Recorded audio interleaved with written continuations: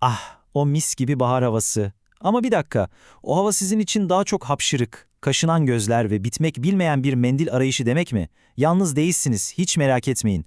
Bugün tam da bu konuya, yani her yıl daha da şiddetleniyor gibi görünen şu meşhur polen alerjilerine ve baharı kendimiz için nasıl tekrar keyifli hale getirebileceğimize yakından bakacağız. Bakın şu rakamla başlayalım. Dünya genelinde her 5 kişiden biri polen alerjisiyle yani tıptaki adıyla alerjik rinitle yaşıyor. Düşünün her 5 kişiden biri. Hatta bu oran Kuzey Avrupa gibi bazı yerlerde %40'lara kadar fırlıyor. Yani milyonlarca insan için baharın o en güzel günleri resmen bir kabusa dönüşüyor. Peki size de öyle gelmiyor mu? Sanki her geçen sene bu durum daha da kötüleşiyor. Acaba bu sadece bize mi öyle geliyor? Yoksa gezegenimizde ve yaşam şeklimizde gerçekten de bir şeyler mi değişiyor? Cevap, evet, gerçekten de bir şeyler değişiyor. İlk bölümde alerji mevsimlerinin neden daha da zorlu geçtiğini anlamak için bizi etkileyen modern faktörlere odaklanacağız. Çünkü bu hissettiğiniz şey sadece sizin kuruntunuz değil, bu artık küresel bir gerçek. Gelin şimdi şu ana sorumluları bir dedektif gibi masaya yatıralım. Bir numaralı şüpheli tabii ki iklim değişikliği. Polen mevsimlerini hem uzatıyor hem de çok daha yoğun hale getiriyor. İkinci sırada hava kirliliği var. Özellikle de şu PM2.5 denilen gözde görülmeyen sinsi parçacıklar solunum yollarımızı iyice hassaslaştırıyor. Üçüncüsü şehirlerdeki bitki tercihleri. Evet, o peyzaj için dikilen güzelim huş ağaçları var ya, aslında birer alerji bombası olabiliyor. Ve son olarak kulağa biraz tuhaf gelen hijyen hipotezi. Yani o aşırı temiz modern hayatımız yüzünden bağışıklık sistemimiz sıkılıyor ve polen gibi masum şeylere savaş açıyor olabilir. Hatta durum o kadar ciddileşebiliyor ki bazen gök gürültülü fırtına astımı diye bir olay yaşanıyor. Şiddetli fırtınalar polen tanelerini gözle görülemeyecek kadar küçük parçacıklara ayırıyor ve bu parçacıklar havaya yayıldığında bütün bir şehirde aynı anda astım krizlerine, yani kitlesel solunum acillerine yol açabiliyor. Polenlerin ne kadar güçlü olabileceğinin gerçekten de çarpıcı bir kanıtı bu. Peki tamam, dışarıda bunlar oluyor da vücudumuzun içinde, burnumuzun derinliklerinde tam olarak neler dönüyor? Gelin şimdi bilimin en basit haliyle bu aşırı tepkinin arkasından ne olduğuna bir bakalım. Hepimizin saman nezlesi dediği şeyin havalı bir tıbbi adı var. Alerjik rinit. Olay aslında şu. Bağışıklık sistemimiz havada uçuşan ve aslında tamamen zararsız olan polenlere karşı bir anda aşırı bir tepki veriyor. Vücudumuz bu polenleri bir düşman gibi görüyor ve burnumuzda bir iltihaplanma başlatıyor. Peki bu yanlış alarm nasıl çalışıyor? 4 basit adımda özetleyelim. 1. O masum polen tanesi burnunuzdan içeri giriyor.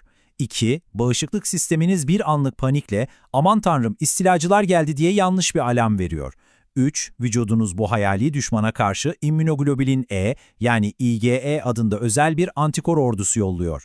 Ve dördüncü ve son adım, bu ordu histamin gibi kimyasalları salgılayarak savaşı başlatıyor. Sonuç, hapşırma, burun akıntısı, kaşıntı, yani bildiğimiz o tatsız manzara. Madem vücudumuz böyle bir savaş başlatıyor, bizim de elimiz kolumuz bağlı duracak değil ya, elbette bizim de savunma stratejilerimiz var. Şimdi gelin savunmanın ilk hattı olan standart tıbbi tedavilere bir göz atalım. Doktorların genellikle başvurduğu iki ana yol var. İlki ilaçlar. Semptomları baskılamak için ikinci nesil antihistaminikler ve burun steroid spreyleri gibi yöntemler kullanılıyor. İkincisi ise eğer durum gerçekten ciddiyse immünoterapi. Bu aşı ya da dil altı tabletleriyle vücudunuza zamanla poleni tolere etmeyi öğreten daha uzun soluklu bir tedavi. Ama bakın, işte tam burada çok önemli bir nokta var. İlaç kullanan hastaların sadece yaklaşık 1/3'ü semptomlarını tamamen kontrol altına alabiliyor. Geriye kalan o büyük çoğunluk, yani neredeyse 3 kişiden ikisi için ilaçlar tek başına maalesef yeterli olmuyor. Bu da bizi şu soruya getiriyor. Madem öyle, cephanelimize başka neler ekleyebiliriz? İşte tam da bu noktada o kişisel alerji savunma çantamız devreye giriyor. Yani tıbbi tedavinin yanına ekleyebileceğimiz pratik ve ilaçsız stratejiler. Emin olun, bunlar hayat kalitenizi düşündüğünüzden çok daha fazla artırabilir. İlk olarak kişisel kalkanlarımız var. Mesela dışarı çıkarken taktığınız o yüzü saran şık bir güneş gözlüğü sadece bir aksesuar değil.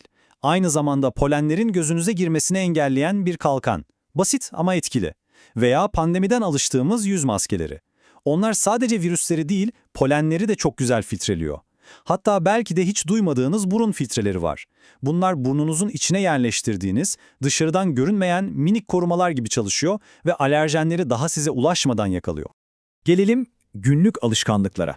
Poleni üzerimizden adeta yıkıp atmamız lazım. Mesela burun yıkama. Evet, kulağa biraz garip gelebilir ama burun pasajlarınızı tuzlu suyla temizlemek o kadar etkili ki araştırmalar ilaç ihtiyacını %30'a kadar azaltabildiğini gösteriyor. Bu müthiş bir oran. Dışarıda zaman geçirdikten sonra eve gelir gelmez alacağınız hızlı bir duş, saçınıza ve teninize yapışan bütün polenleri alıp götürür. Ya da en basiti, içeri girer girmez yüzünüzü yıkamak. Göz ve burun çevrenizdeki polenlere veda etmenin en hızlı yolu bu. Peki kalemiz, yani evimiz ve arabamız ne olacak? Onları da polenden arındırılmış güvenli sığınaklara çevirebiliriz. HEPA filtreli hava temizleyiciler tam da bunun için var.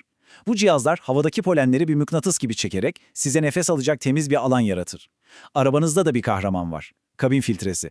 Ama unutmayın, bu kahramanın gücünü koruması için yaklaşık 2 yılda bir değişmesi şart. Evinizi havalandırmak istediğinizde de çaresiz değilsiniz. Pencerelere takılan özel polen tülleri sayesinde taze hava içeri girerken polenler dışarıda kalır. Bireysel çabalar çok değerli ama bir de işin toplumsal boyutu var. Yani yaşadığımız çevreyi şekillendirirken daha akıllıca kararlar verebiliriz. Örneğin şehirlerimizi planlarken polenlerini rüzgarla her yere savuran ağaçlar yerine arıların tozlaştırdığı çiçekli bitkiler seçebiliriz. Ya da her sokağa aynı tür yüksek alerjenli ağacı dikip bir polen bulutu yaratmak yerine biyolojik çeşitliliği zengin parklar tasarlayabiliriz. Bu tür akıllı seçimler hepimiz için daha sağlıklı, daha az hapşırtan şehirler demek. Gördüğünüz gibi kişisel önlemlerden şehir planlamasına kadar yapabileceğimiz ne kadar çok şey var.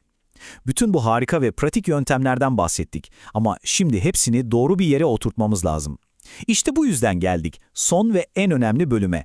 Tüm bu bilgileri nasıl kullanacağımıza dair o hayati karara. İşte tüm bu analizden sonra aklımızda kalması gereken en temel cümle bu. Bu anlattığımız yöntemler ilaç tedavisinin bir alternatifi olarak değil, onu tamamlayan bir yaklaşım olarak görülmeli. Bu, altını defalarca çizmemiz gereken en kritik nokta. Bu stratejiler doktorunuzun tedavisinin yerine almaz ama onun etkisini arttırır ve size hayatınız üzerinde daha fazla kontrol imkanı verir. Elbette dengeli bir bakış açısına sahip olmalıyız. Bu yöntemlerin birçoğu için bilimsel kanıtlar hala toplanıyor, gelişiyor.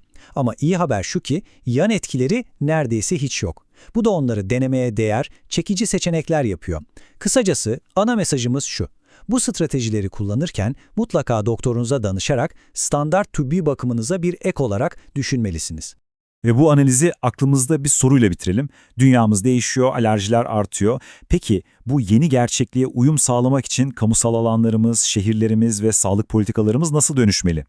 Parklara hangi ağaçları diktiğimizden, hava kirliliğiyle nasıl savaştığımıza kadar bu aslında hepimizin üzerine kafa yorması gereken çok büyük bir soru.